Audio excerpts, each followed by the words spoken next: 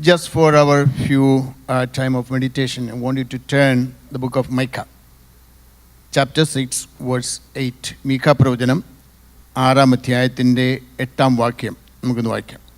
Book of Micah, chapter 6, verse 8.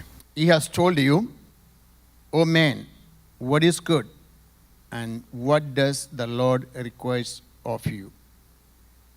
But to do justice, to love kindness, and to walk humbly with your God. What is good? നല്ലത് എന്താണ്? Okay, if I ask you the question, we all have a different definition. നല്ലത് എന്താണെന്ന് ചോദിച്ചു കഴിഞ്ഞാൽ നമുക്കെല്ലാവർക്കും എന്തുണ്ട്? ഓരോരോ നിർവചനം നമ്മൾ പറയും. Okay, what is good? And the reason that I picked up this passage, I have a habit of reading the Bible every day morning. Now I'm in the New Testament. So as I going through the Bible, and I have I don't know how many Bibles I have in my home, different study Bibles. Okay, so recently I'm reading one particular study Bible. I come across different topics. One is religious hypocrisy, മതപരമായ കപട ഭക്തി. And another one is how to deal with the confrontation. ഈ സംഘർഷത്തെ എങ്ങനെ നമ്മൾ അഭിമുഖീകരിക്കും. I thought that is not appropriate topics for a time like this. Okay? And I prayed, God, what do I need to take this morning? And then I was reading book of Micah. This topic, this paragraph come to me. I want to share with you something. And this is very applicable to every one of us. Okay? 8-ാം നൂറ്റാണ്ടിൽ പ്രവചിച്ചതായ ചെറിയ പ്രവാചകന്മാരിൽ ഒരുവനായിരിക്കുന്ന മീഖ പ്രവാചകൻ Israel ജനത്തോട് പറഞ്ഞത് നമുക്കെന്താണ് നമ്മൾ ചോദിക്കുമായിരിക്കും. അത് അന്നത്തെ കാലത്ത് പറഞ്ഞല്ലേ എന്ന് ചോദിക്കും. Okay? Practically, I want every one of us to look into this word, stand in that shoes. If this question is, God is asking, what is good? എന്താണ് നല്ലത് എന്ന് നമ്മളോട് ചോദിച്ചാൽ, what the answer we have it. എന്താ നമുക്ക് നല്ലതെന്ന് പറയാനുള്ളത്? ആരെയും വെറുപ്പിക്കരുത്, ആരുടെയും കുറ്റം പറയല്, ആരാധനയ്ക്ക് വരണം, എന്തെങ്കിലുമൊക്കെ ഇങ്ങനെ നമുക്ക് ഓരോ ഡെഫിനിഷൻസ് കാണും. Let's look into the Bible, and I'm going to bring up a picture. I mean, not in the PowerPoint. I don't have that skill. So, through the Bible, we are going to see something very meaningful one. What is the word Micah means? മീഖ എന്നുള്ള ആ പേരിൻ്റെ അർത്ഥം എന്താണ്? യഹോവയെ പോലെ ആരുള്ളൂ? Who is like യഹോവ? യഹോവയെ പോലെ ആരുള്ളൂ? In this book, this is only 7 chapters. You can sit in one sitting and read this one. And you can learn a lot of things from this passage. But Micah announced devastation of both Jerusalem and Samaria. മീഖ പ്രവാചകന് ശമര്യയുടെയും യെരുശലേമിൻ്റെയും അധംപതനത്തെക്കുറിച്ച് അല്ലെങ്കിൽ നശീകരണത്തെക്കുറിച്ചാണ് പറഞ്ഞിരിക്കുന്നത്. God's judgment was coming against false prophets, Israel's wayward leaders, against the rich who oppress the poor. ഇവിടെ മീഖ പ്രവാചകൻ എടുത്തു പറയുന്ന കാര്യം, ദൈവത്തിൻ്റെ ന്യായവിധി വരുവാൻ പോവുകയാണ്. ആരുടെ മേലാണ്? കള്ളപ്രവാചകന്മാരുടെ മേൽ. അനുസരണം കെട്ട തന്നിഷ്ടമുള്ളതായ ഇസ്രായേലിൻ്റെ ലീഡേഴ്സിന് എതിരായിട്ട്, തന്നിഷ്ടപ്രകാരം പ്രവർത്തിക്കുന്നതായ വേവാർഡ് ലീഡേഴ്സ്, അനുസരണം കെട്ട leaders. And also the rich who oppressed the poor, ദരിദ്രരെ പീഡിപ്പിക്കുന്നതായ ധനവാന്മാർ. And in this book, I'm giving just background. I'll come to the passage we read it. I think I can finish it up today. There are 3 main messages in this book. I know this is a Bible study. It's not a preaching. So I go in that mode, okay? So there are 3 messages. What are those 3 messages? The first message is chapter 1 and 2. Judgment will come. ന്യായവിധി വരും. ഡെഫിനിറ്റാ, തീർച്ചയായിട്ടും ന്യായവിധി വരും. Okay? Second message is chapters 3 to 5. രണ്ടാമത്തെ message നിങ്ങൾ വായിച്ചു നോക്കി കഴിഞ്ഞാൽ 3 തൊട്ട് 5 വരെയുള്ള വാക്യമാണ്. What is that means, what is in those chapters says blessings will follow judgment. അതായത് ന്യായവിധിക്ക് ശേഷം ഒരു അനുഗ്രഹം ഉണ്ട്. Then the third message is an indictment of sin and a promise of blessing. എന്ന് പറഞ്ഞാൽ മൂന്നാമത്തെ മെസ്സേജ് അതാണ് നമ്മൾ ഭാഗം വരുന്നത്. ഓക്കെ, കുറ്റപത്രം സമർപ്പിക്കുക. Indictment, you know that's a court language. കോടതി പോയി കഴിഞ്ഞാൽ നിങ്ങൾക്ക് ആ പദം കേൾക്കാൻ കഴിയും. ഓക്കെ, കുറ്റപത്രം സമർപ്പിക്കുക. എന്നിട്ട് അതിനോടുകൂടെ ഒരു വാക്തത്വമുണ്ട്, blessings will come upon you. So ഈ ഭാഗം നമ്മൾ വായിച്ചത്, ഈ ഭാഗത്ത് this passage focus on the blessings that will come to the people because of God's goodness. അപ്പം നമ്മൾ വായിച്ച ഭാഗത്ത് മനുഷ്യ നല്ലത് എന്ത് എന്ന് അവൻ നിനക്ക് എന്ത് ചെയ്തിരിക്കുന്നു, കാണിച്ചു തന്നിരിക്കുന്നു. It is something that God has shown to you what is good. Okay, അവിടെ 3-4 കാര്യങ്ങൾ പറയുന്നുണ്ട്. അപ്പോൾ ഇവിടെ ദൈവം ഈ നന്മ കൊടുക്കുവാൻ കാരണം അവരുടെ നന്മ പ്രവൃത്തി കൊണ്ടൊന്നും അല്ല. It is not because of Israel's goodness, but it is just because of God's goodness and mercy. ഒരു ന്യായവിധി വന്നതിന് ശേഷം അവരുടെ മേൽ ദൈവം ഒരു അനുഗ്രഹം കൊടുക്കുവാനുള്ള കാരണം എന്താണെന്ന് ചോദിച്ചു കഴിഞ്ഞാൽ അവരുടെ ഒരു പാരമ്പര്യം കൊണ്ടുമല്ല, ദൈവത്തിന് അവരോടുള്ള കരുണ കൊണ്ട് മാത്രമാണ്. ഓക്കെ, അങ്ങനെയാണെന്ന് വരിക ദൈവമക്കൾ, നമ്മളിവിടെ ഇരിക്കുമ്പോൾ നമ്മുടെ മേൽ ദൈവത്തിൻ്റെ അനുഗ്രഹത്തെ ചൊരിയുവാനുള്ള കാരണം എന്താണ്? What is the one reason that we can think of why God showed me mercy and goodness in my life? Are we something better than the other people? Are we something better than to compare any of the leaders or anybody else? Hello? It is all just because of God's goodness. ദൈവത്തിന് നമ്മോടുള്ള ആ കരുണ കൊണ്ട്, ആ സ്നേഹം കൊണ്ട് മാത്രമാണ്. അതുകൊണ്ടാണ് പ്രവചന പുസ്തകത്തിൽ വായിക്കുന്നത്, ഇസ്രായേൽ മക്കളെ, യാക്കോബിൻ്റെ സന്തതിയെ, നിങ്ങൾ മുടിഞ്ഞു പോകാതിരിക്കുന്നത് ദൈവത്തിൻ്റെ കൃപയാണ്. Okay, more practically we need to think about that. This morning we woke up. Is it that because of our goodness? We drove from our home to here. Safely we arrived here. Is it because of our driving skill? I'm just practically picking up something. And we are trusted very well. Oh, we bought the price. We bought the clothes. Where did you get the money? Oh, I worked. Okay? It's all good. It's all true. പക്ഷെ ഒരു ദിവസം എഴുന്നേറ്റിട്ട് ജോലിക്ക് പോകാൻ കഴിഞ്ഞില്ലെങ്കിലോ, 8 മണിക്കൂർ ജോലി ചെയ്യാൻ കഴിഞ്ഞില്ലെങ്കിലോ, ആ ജോലിക്ക് പോയ വഴിയിൽ ഒരു അപകടം ഉണ്ടായെങ്കിലോ, ദൈവമക്കളെ, ഇതെല്ലാം നമ്മൾ ഒരാഴ്ച നോക്കുമ്പോൾ this is all God's goodness. Okay, so the first message chapter 1 and 2 is a courtroom presentation. Is a courtroom. നിങ്ങളത് വായിച്ച് കഴിഞ്ഞാൽ നിങ്ങൾക്ക് അത് മനസ്സിലാക്കാൻ കഴിയും. ഒരു കോടതി ശൈലി അവിടെ കാണുന്നത്.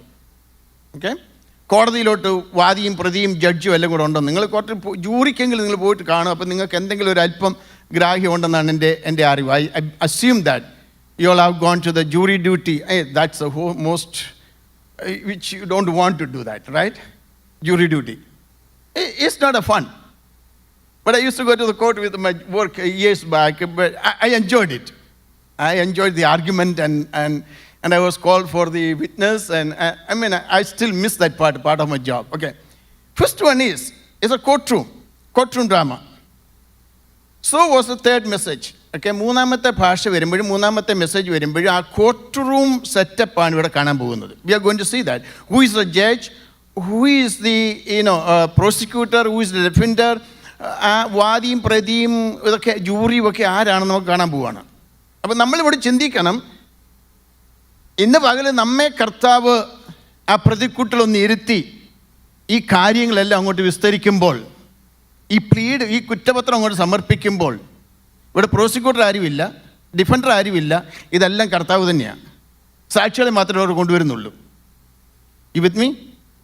ഓക്കെ, ഇത് തന്നെയാണ് ഒരിക്കൽ സംഭവിക്കാൻ പോകുന്നത്. അവനവൻ ശരീരത്തിലിരിക്കുമ്പോൾ ചെയ്തത് നല്ലതാകിലും തീയതാകിലും അതിന് തക്കവണ്ണം പ്രാപിപ്പാൻ നാം എല്ലാവരും ക്രിസ്തുവിൻ്റെ ന്യായാസനം മുമ്പാകെ നിൽക്കേണ്ടി വരും. വെള്ള സിംഹാസനം മുമ്പിൽ നിൽക്കുന്ന അവിടെ നമ്മളാരും കാണുകയില്ലെന്നാണ് എൻ്റെ വിശ്വാസം. ബിക്കോസ് അത് നമുക്കുള്ളതല്ല. പക്ഷെ അവിടെ ജഡ്ജ് എന്ന് പറയുന്നത്, ന്യായാധിപതി എന്ന് പറയുന്നത് നമ്മുടെ കർത്താവ് മാത്രമാണ്. There is nobody else. No prosecutor, no defender. Court റൂമിൽ പോയി കഴിഞ്ഞാൽ നിങ്ങൾക്ക് ഇത് കാണാൻ കഴിയും. മൂന്ന് നാല് കൂട്ടം ആൾക്കാരുണ്ട്. ഒന്ന് judge, second prosecutor, third defender, then the jury. പക്ഷെ നമ്മുടെ ദൈവത്തിൻ്റെ കോടതിയിൽ പ്രോസിക്യൂട്ടറും ഇല്ല, ഡിഫൻഡറും ഇല്ല, ജൂറി കാണും. ജൂറിയും ഉണ്ട്. ഒരു സാക്ഷിയെ വിളിച്ച് നിർത്തുന്നൊരു സംബന്ധമുണ്ട്. Okay, so the judge declared the indictment. Chapter 6 verses 1 to 8, 6-ാം അധ്യായത്തിൻ്റെ 1 മുതൽ നമ്മളത് വായിക്കാൻ പോവുകയാണ്. ഓക്കെ, 1 മുതൽ 8 വരെയുള്ള വാക്യം വായിക്കുമ്പോൾ അവിടെ കുറ്റപത്രം സമർപ്പിക്കുക, പ്രൊനൗൺസ് സെൻറ്റൻസ്, പിന്നെ വിധി അവിടെ പറയുന്നുണ്ട്. 6-ാം അധ്യായത്തിൻ്റെ 9-ാം വാക്യം മുതൽ 7-ാം അധ്യായത്തിൻ്റെ 7-ാം വാക്യം വരെ. Okay, let's read chapter 6 verse 1 to 8 എന്ന് നമുക്കവിടെ നോക്കാം. 7 വരെ ഒന്ന് വായിച്ചു.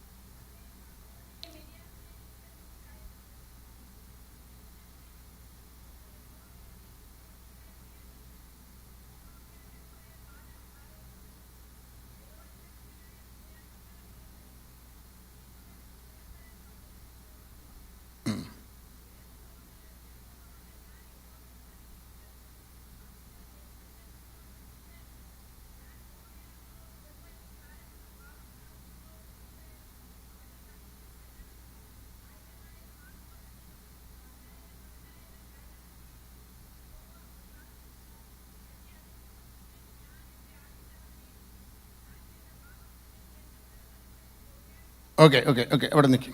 അപ്പം നിങ്ങൾക്കൊരു പിക്ചർ കിട്ടിയല്ലോ. കോടതിയുടെ പിക്ചർ വല്ലതും കിട്ടിയോ? Who is on the thrown here? God is on the thrown.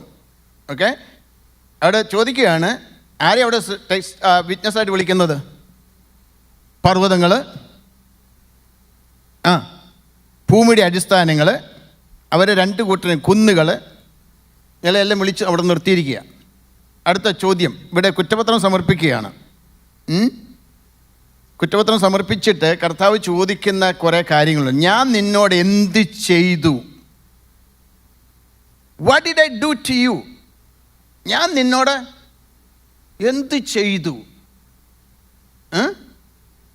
ഇത് നിങ്ങൾ പറയുമായിരിക്കും, എൻ്റെ പൊന്നു പാഷ, ഇത് 8-ാം നൂറ്റാണ്ടിൽ ഇസ്രായേൽ ജനത്തോട് പറഞ്ഞ കാര്യം, നമുക്ക് ഈ പുതിയ നിയമത്തിൽ വന്നിരിക്കുന്ന നമുക്കിതുകൊണ്ട് എന്താ കാര്യം? ഇല്ല, ഇതെക്കാലത്തുമുള്ളതായ ദൈവത്തിൽ വിശ്വാസം അർപ്പിച്ചിരിക്കുന്ന ഓരോ വിശ്വാസികളോടുള്ള ദൈവത്തിൻ്റെ ഒരു ചോദ്യമാണ്, ഞാൻ നിന്നോട് എന്ത് ചെയ്തു? കാരണം എന്താണെന്നറിയാം? അതിൻ്റെ കാരണം അടുത്ത് വരുന്നുണ്ട്. ഓക്കെ, എന്തോന്നിനാ ഞാൻ നിന്നെ മുഷിപ്പിച്ചു? it's a, my people, what I have done to you and how have I wearied you? Answer me. You tell me. What is wrong? What's going on? Indeed. എന്നിട്ട് അവിടെ പഴയ അവസ്ഥയെ കർത്താവ് ഇങ്ങോട്ട് കൊണ്ടുവരിക. കുറ്റപത്രത്തിനകത്തുള്ള കാര്യങ്ങൾ ഇതൊക്കെയാണ്. This is an indictment that God is presenting, and as a witness before the witness, the mountains and the earth, the foundations of the earth, and everybody there. Listen to me. What did I do to you? I brought you out of slavery. ഞാൻ നിങ്ങൾ എന്ത് ചെയ്തു?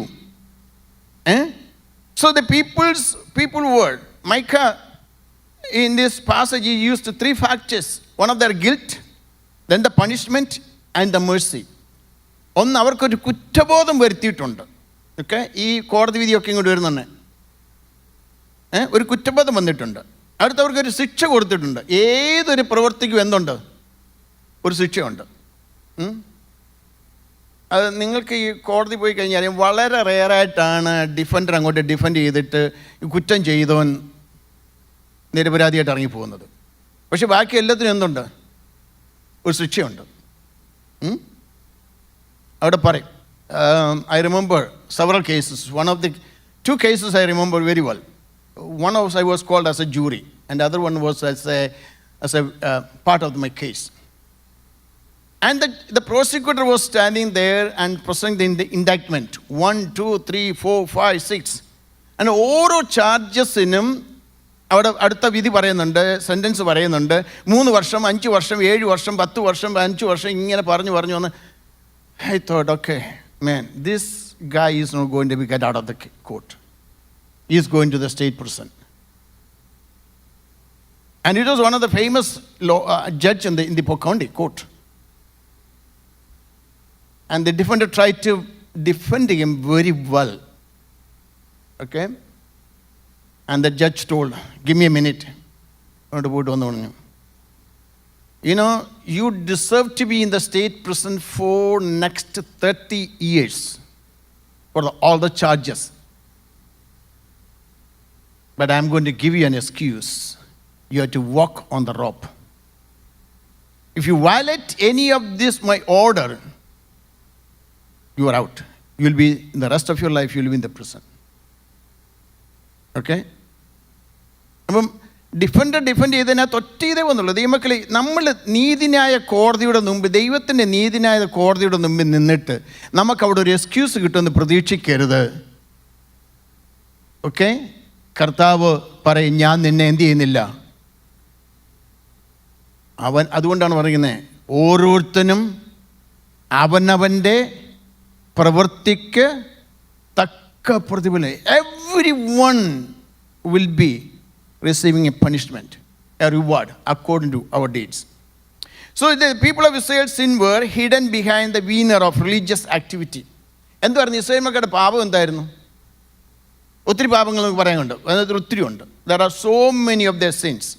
But here the prophet Micah is telling that their sin were hidden behind a veneer of religious activity. എന്ന് പറഞ്ഞു കഴിഞ്ഞാൽ അവരുടെ പാപം എന്തായിരുന്നു ചോദിച്ചു കഴിഞ്ഞാൽ യഥാർത്ഥ സ്വഭാവത്തെ മറച്ചു വയ്ക്കുന്ന മര്യാദയായ പെരുമാറ്റം, ആ മതപരമായ ഒരു ആക്ടിവിറ്റികൾ എന്ന് പറഞ്ഞാൽ അവർ ആരാധനയ്ക്ക് വരും, പക്ഷെ അവരുടെ യഥാർത്ഥമായ ഭക്തി ഒന്നുമില്ല. എല്ലാം എന്തായിരുന്നു?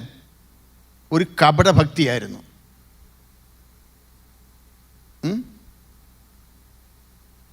അപ്പം നമ്മൾ ഇന്ന് മനസ്സിലാക്കണം, പക്ഷെ ജെക്കിമാത്തി ഇവിടെ ഇല്ല, പക്ഷെ ഫിനോയ് ഇവിടെ ഇല്ല,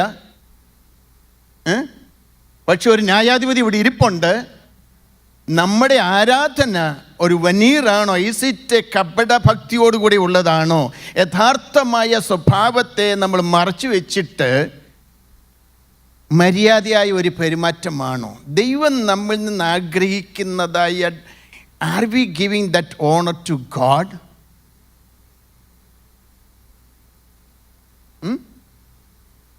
നമ്മൾ ഇരിക്കുന്നത്, we are sitting in the presence of God, the invisible God, but he is present.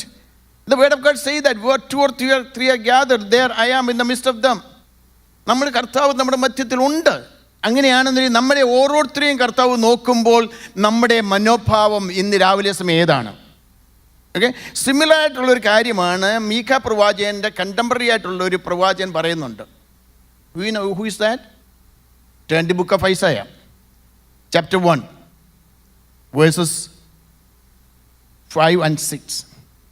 യെശയ്യാ പ്രവചനം 1-ാം അധ്യായത്തിൻ്റെ 5ഉം 6ഉം വാക്യം.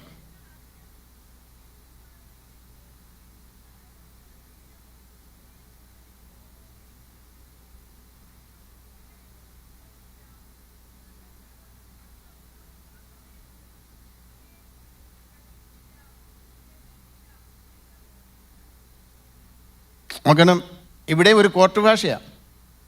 ഇവിടെ സാക്ഷികളെ വിളിക്കുന്ന ആരൊക്കെയാണ്?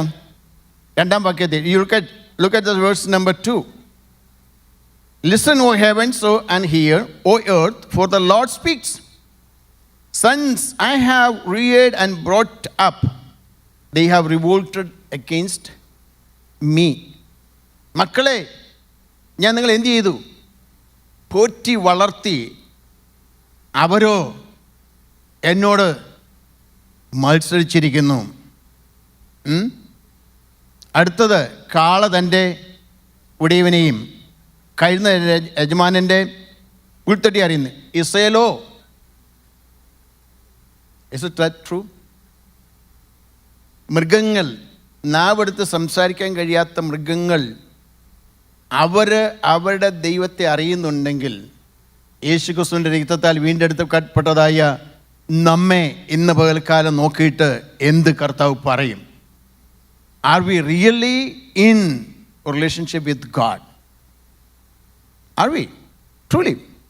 ഓക്കെ, അതിൻ്റെ 2 മുതൽ 9 വരെയുള്ള വാക്യം നമ്മൾ വായിക്കും. യെശയ്യാപ്രവചനം 1-ാം അധ്യായത്തിൻ്റെ 2 മുതൽ 9 വാക്യം വായിക്കുമ്പോൾ അവിടെ പറയുന്നൊരു കാര്യമാണ്, അത്യുത്കടവും സമാനവുമായ ഒരു വിസ്താര കോടതി നടക്കുക.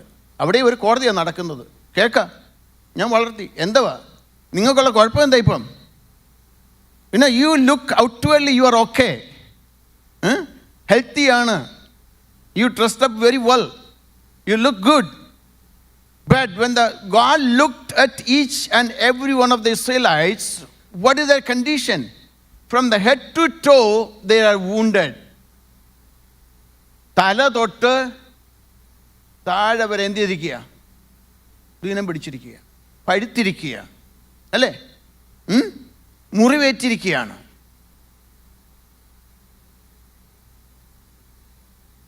അതിനെക്കുറിച്ച് പറയുന്നത് അതെല്ലാം പഴുത്തിരിക്കുക. It's stinking, it's pus is coming out of it. ഇതിനെ എന്ത് ചെയ്തിട്ടില്ല? കഴുകിയിട്ടില്ല, ഡ്രസ് ചെയ്തിട്ടില്ല. ഇതിങ്ങനെ സ്റ്റിങ്ക് ചെയ്തുകൊണ്ടിരിക്കുക. ദൈവസന്നിധി കടന്നു വരുന്ന ദൈവമക്കളെ, God is looking, is that what God want us, or does he deserving a sweet smelling aroma from our worship service?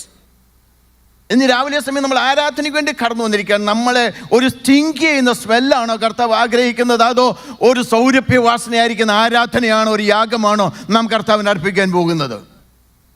I'm not judging anyone here. I am included in that part.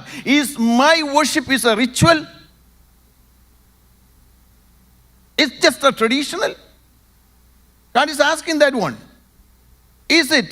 Worship was nothing more than trampling in temple. അവിടെ ആരാധന എന്ന് പറഞ്ഞിരിക്കുക എന്താണെന്നറിയാമോ? ട്രാമ്പിളിംഗ് temple എന്ന് പറഞ്ഞ 12-ാം വാക്യത്തിൽ അവിടെ പറയുന്നുണ്ട്. ഓക്കെ, മീഖാപ്രവചനം 6-ാം അധ്യായത്തിൻ്റെ 12-ാം വാക്യത്തിൽ അവിടെ പറയുന്ന കാര്യം നോക്കിയും.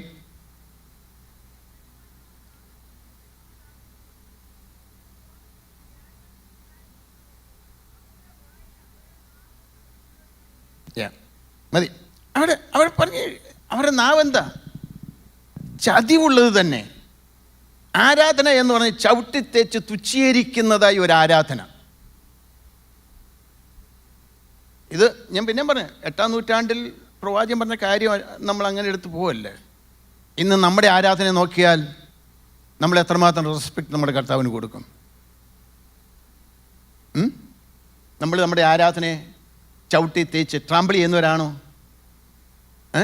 ആലയത്തിൽ വന്നിട്ട് അതിനെ കാലുകൊണ്ട് ട്രാമ്പിൾ ചെയ്ത് കളയുന്ന ഒരു ആരാധനയാണോ? Are we going to do it?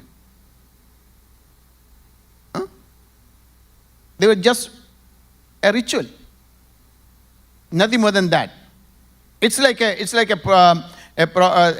a doctor said like that. Okay, it's like a patient who asked the doctor to retouch his X-rays so that he wouldn't have to endure surgery. ഡോക്ടറെ അത് ഒന്നുകൂടെ സൂക്ഷിച്ച് നോക്കിക്കേ, ചിലപ്പോൾ എനിക്ക് എന്ത് വേണ്ടി വരത്തില്ല, സർജറി വേണ്ടി വരത്തില്ല. നമ്മളങ്ങനെ ചെയ്യുന്ന നമ്മുടെ കർത്താവിനോട് പറയും, കർത്താവേ എന്നെ ഒന്നുകൂടെ മൈക്രോ മാനേജ് ചെയ്ത് നോക്കി, എനിക്കൊരു പക്ഷെങ്കിൽ ഇവിടെ ഇരിക്കാൻ ഒരു അവസരം കിട്ടുമായിരിക്കും. No no no no no no. ഈ ഡോക്ടർ നന്നായിട്ട് അറിയുന്ന ഡോക്ടറാണ്.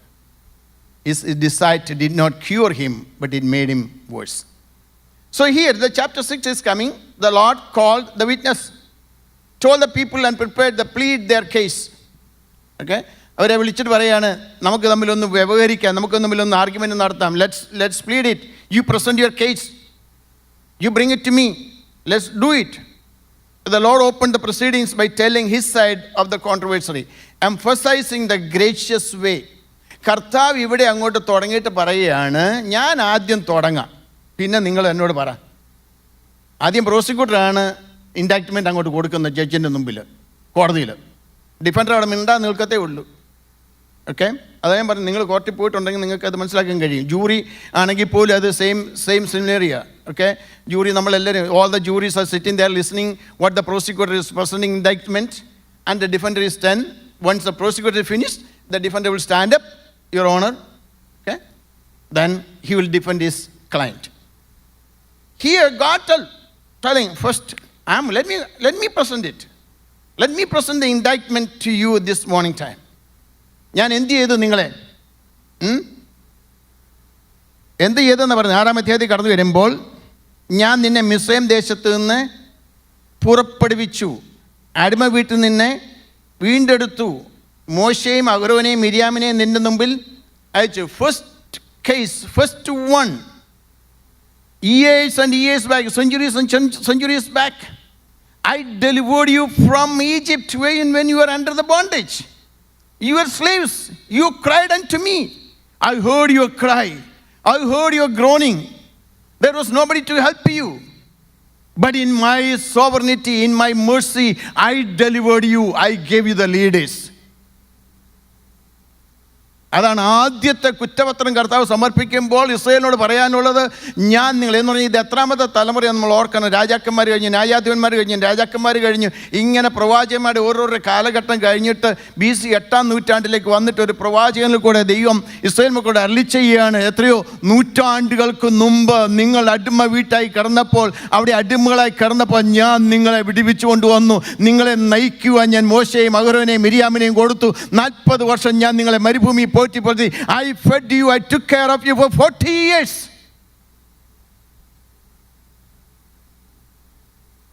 In this morning time, if God is looking at each and every one of us and telling the same thing, when you were under the bondage of sin and there was no hope for you and you were nothing on this earth, that I delivered you, I gave my only begotten Son who died on the cross to redeem you and to give you the heavenly citizenship. What did I do to you all?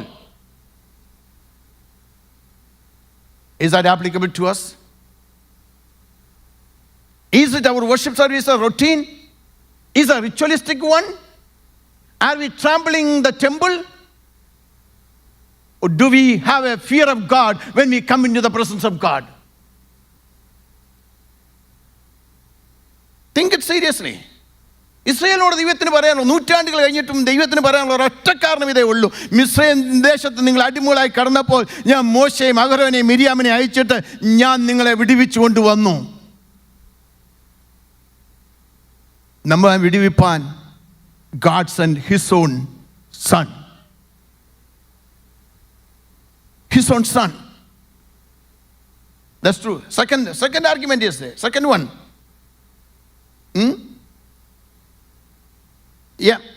എൻ്റെ ജനമേ, നിങ്ങൾ യഹോവയുടെ നീതി പ്രവൃത്തികളെ അറിയേണ്ടതിന് Moab രാജാവായ Balak ആലോചിച്ചതും